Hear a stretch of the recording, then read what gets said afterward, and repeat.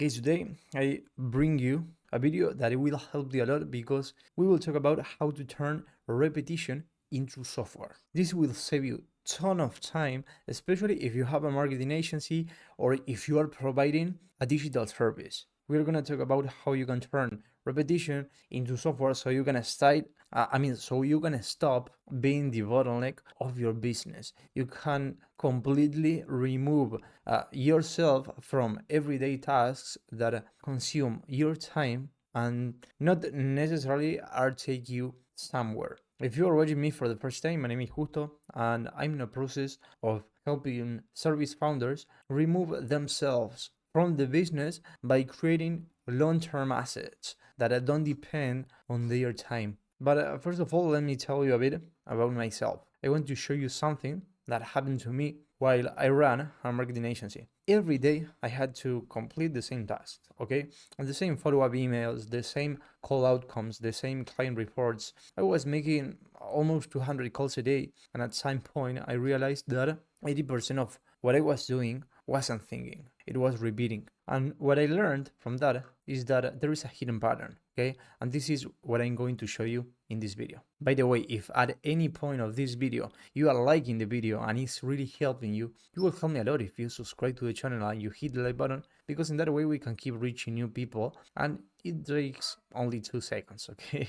I mean, it's clicking 2 buttons. Okay, here's the reality. Okay, you wake up and there are things that have to be done. Okay, you need to do it, like it or not. So things that only you know how to do, or things your team keeps asking you about, or things that if they go wrong, you're the one who has to fix them. What typically happens after this is that revenue grows, but stress grows faster. You're not building a business that scales. I'm not telling you. I'm not telling you this, judging you. I'm telling you this because I already went through this. Okay, you're building a machine that requires you to be inside, operating it by hand. So that's the ceiling.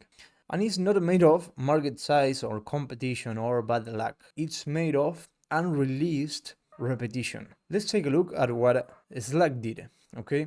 Slack started as an internal tool at a failed video game company, okay? Failed, but they then built an amazing tool. The game died, the tool survived because it solved a repetition problem so well that it was worth more than the product they originally built. So there are a couple of things that you probably want to avoid if you want to turn repetition into software. First of all, this is where most people make the mistake. And I say that because I have seen it up close and I almost did it myself. First of all, they start with an idea and they start thinking that an idea is enough to build a software as a service. They start with what could we build instead of what problem does it solve? Most of them say things like, I want to build a software as a service, and that's great. I'm not telling you that it's something bad, but this is not the right place to start. Then they build too much before knowing if anyone will pay. I built an app called BMark, and 2 weeks in, no traction. So I killed it, okay? Not because the idea was bad, but because I couldn't quickly see if people would pay for it. And I don't feel bad for that. I don't have any issues with that. If I have to kill an app idea, I prefer to do it in the first week or the first 2 weeks so I don't waste my time. And then they think that they need to build something innovative. Your customers don't need you to innovate. They need what they already pay you for to require less of your time and theirs. And that's the key. Software as a service is not innovation. It's compression of validated demand. So what you can do instead is, first of all, start with your own friction, or in such case, your customer's friction, not with your ambition.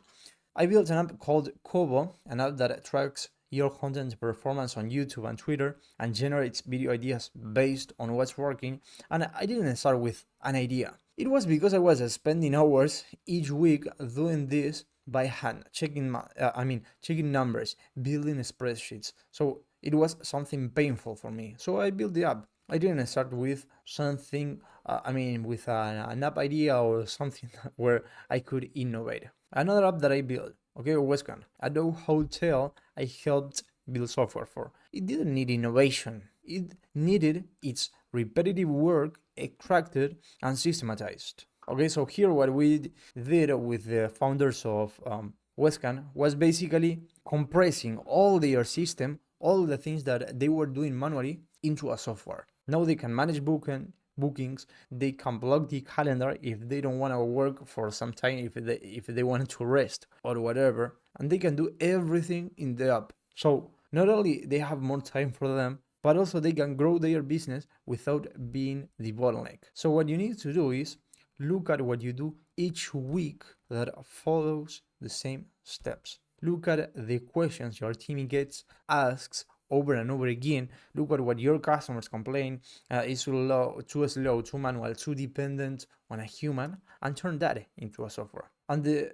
system or the order that you can follow to achieve this is, first of all, audit the repetition. Something as simple as writing down what you did this week, okay? Record it and write down category, time spent, how often. Then you compress it onto a paper, okay? Take the highest volume repetition you found and write the decision tree.